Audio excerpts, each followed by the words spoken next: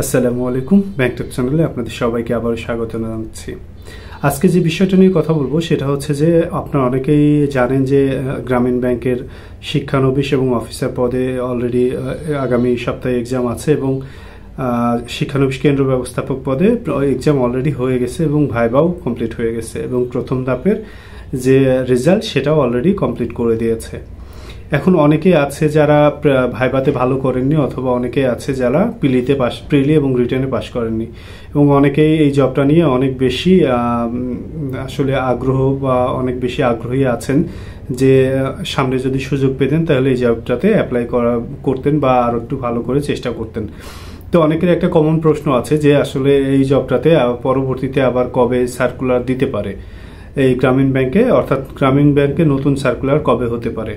এই বিষয় নিয়ে আসলে একটু কথা বলবো। তার আগে আরেকটা বিষয় অনেকেই বলা বলি করছে, সেটা হচ্ছে যে গ্রামীণ ব্যাংকে নাকি আগামী 3 বছর কোনো সার্কুলার দিবে না, অর্থাৎ যাদের ভাইবা নিয়েছে তাদের ভিতর থেকে প্যানেল করে 3 বছর এভাবে তাদেরকে নিতে থাকবে, এবং এটা কতটুকু সত্য।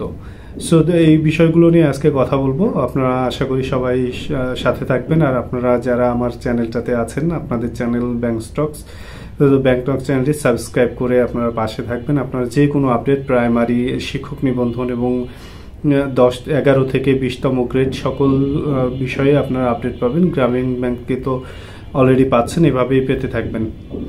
সো এখন বলি যে আসলে আর একটা কথাও আছে যে আপনারা যদি গভর্নমেন্ট চেঞ্জ হয়, কারণ বর্তমান যে গভর্নমেন্ট আছে সেটা কিন্তু অস্থায়ী ভিত্তিতে নিয়োগ দেওয়া হয়েছে। সো এরা যদি চলে যায় পরবর্তীতে, তো এমন হতে পারে যে গ্রামীণ ব্যাংকের পরিচালনা পরিষদ চেঞ্জ হবে। সেই ক্ষেত্রে এই যে এখন যে নিয়োগটা আছে, অর্থাৎ যারা প্যানেল প্রত্যাশী আছে তাদের এই প্যানেলটা বাতিল হয়ে যেতে পারে কিনা, অথবা পুরো সার্কুলারটাই বাতিল হয়ে যেতে পারে কিনা, শুধুমাত্র যারা জয়েন করেছে তারা বাদ দিয়ে। তো প্রথমে বলি যে আগামী 3 বছর যে নিয়োগ দিবে না, এটা কতটুকু সত্য। দেখুন, অনেকে যারা ট্রেনিং করেছে এই কথাটা অনেকে বলছে, বাট লজিক্যালি যদি বলি আসলে এটা কোনোভাবেই শিওরিটি দিয়ে বলা যায় না। হয়তো তাদের প্ল্যান থাকতে পারে যে আগামী 3 বছর আমরা চেষ্টা করব এই এর থেকে নেওয়ার জন্য, বাট সত্য হচ্ছে যে গ্রামীণ ব্যাংকের যে কেন্দ্র ব্যবস্থাপক সবচেয়ে বেশি নিয়োগটা হয়ে থাকে এখানেই।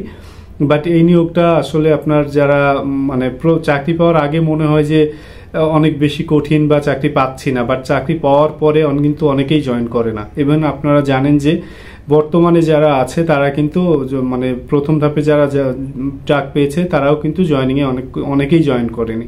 অ্যাভারেজ 140 জনের মধ্যে 120 জনেরও কম জয়েন করেছে, এবং এর পরিমাণটা আরও কমে যাবে যখন আপনার ট্রেনিং শেষে ব্রাঞ্চে যাবে এবং কালেকশন শুরু হবে। তখন কিন্তু এর পরিমাণটা, রিজাইন এবং জব ছাড়ার পরিমাণটা অর্ধেকেরও বেশি হয়ে যাবে। যদি 100 জন আপনার জয়েন করে থাকে, আমি আপনাদের দায়িত্ব নিয়ে বলতে পারি 50 জন কিছুদিন পরে হারাই যাবে। এবং আরও অনেকে আছে যারা অনেক ভালো এর থেকে বেটার অপরচুনিটিতে চলে যাবে। সো আপনার হিউজ পরিমাণ পোস্ট খালি হবে। তো আপনি চাইলেই হচ্ছে যে নিবেন না, আগামী 3 বছর নিয়োগ দিবেন না। এটা আসলে ব্যাংক নিজেও, এটা সবকিছু আসলে ডিপেন্ড করে কতটা ব্রাঞ্চ বেশি হচ্ছে, কতটা লোকবল দরকার, কতজন অবসরে যাচ্ছে, এই সব মিলাই আসলে আগামী 3 বছরের প্রেডিকশন কখনোই করা সম্ভব না, কোনো ব্যাংকের পক্ষেই সম্ভব না।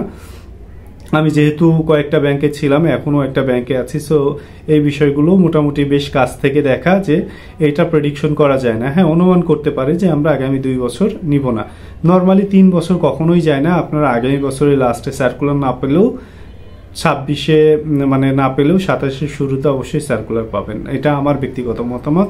যদি কারোর দ্বিমত থাকে তাহলে সুন্দরভাবে, ভদ্রভাবে আপনার কমেন্টে জানাতে পারেন। আশা করি অভদ্র আচরণ করবেন না।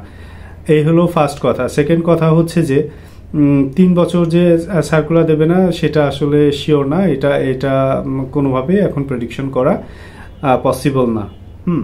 সো আপনারা এই বিষয়টা কনফার্ম থাকেন। আর যারা হচ্ছে যে প্যানেলে ডাকবে, আর একটা বিষয় বলেছেন যে প্যানেলে কবে ডাকবে। প্যানেলে আসলে ঈদের পরেই ডাকার কথা, অর্থাৎ এখন যেহেতু মে মাসের শেষের দিকে, জুন মাসের 14 তারিখ পর্যন্ত ব্যাংক বন্ধ থাকবে। আমি আশা করি যে জুন মাসের 30 তারিখের মধ্যেই আপনাদের দ্বিতীয় ধাপে আপনাদের ডাকা শুরু করব, এবং রংপুর দিয়ে যথাক্রমে আবার ডাকা শুরু করব, এবং পরবর্তী ধাপেও 140 জন করে নিবে। এবং আরও যেসব প্রশ্ন করেছেন, অনেকগুলো প্রশ্ন আসলে করেছেন একসাথে, এতগুলো অ্যান্সার দেওয়াটাও অনেক কঠিন আমার জন্য। সো মোটামুটি ধাসে যারা, আর একটা কথা বলি, যারা হচ্ছে এখনো পরীক্ষায় টিকে প্রিলি রিটেন অকৃতকার্য হয়েছেন বা যে কোনো কারণে ফেল করেছেন, আপনাদের কিন্তু অনেকটা ল্যাকিংস আছে। সো এখন আপনাদের চেষ্টা করতে হবে এখন থেকে পড়াশোনা করা। সার্কুলার দেওয়ার পরে কিন্তু পড়াশোনা করলে খুব একটা লাভ হয় না, কারণ হচ্ছে যে সার্কুলার দেওয়ার পরে আর কতটুকু সময় পান, 2-3 মাস সময় পান ম্যাক্সিমাম। সো সেই ক্ষেত্রে আসলে এটা ইনশিওর করা সম্ভব হয় না। যারা ব্যাংকে চাকরি করে তারা কিন্তু 1 বছর 2 বছরের একটা প্রিপারেশন নিয়েই শুরু করে। সো আপনারা যদি গ্রামীণ ব্যাংকের অথবা যে কোনো ব্যাংকের প্রিপারেশন নিয়ে কোনো গাইডলাইন পাচ্ছেন না যদি থাকেন, আমার চ্যানেলে থাকতে পারেন। আর আরেকটা ব্যাপার হচ্ছে যে আমরা অনলাইন ব্যাচ শুরু করতে যাচ্ছি ঈদের পরে। সো আপনারা চাইলে আমার সাথে যোগাযোগ করতে পারেন। সেখানে একদম জিরো থেকে শুরু করে ব্যাংকের রিটেন পর্যন্ত, ভাইবা পর্যন্ত সমস্ত প্রিপারেশনগুলো পুঙ্খানুপুঙ্খভাবে ক্লাস নেওয়া হবে। সো আপনারা চাইলে আমার সাথে যোগাযোগ করতে পারেন। দ্বিতীয়ত হচ্ছে যে পড়াশোনাটা এখনই করতে হবে, পড়াশোনাটা ফেলে রাখলে হবে না। পড়াশোনা যখনকার পড়াশোনা তখন শেষ করতে হবে। আপনি যদি মনে করেন যে পরীক্ষার আগে পড়ে একজন চাকরি পেয়ে গেল, ব্যাপারটা এরকম না। সো আপনারা পড়াশোনাটা এখন থেকেই শুরু করুন।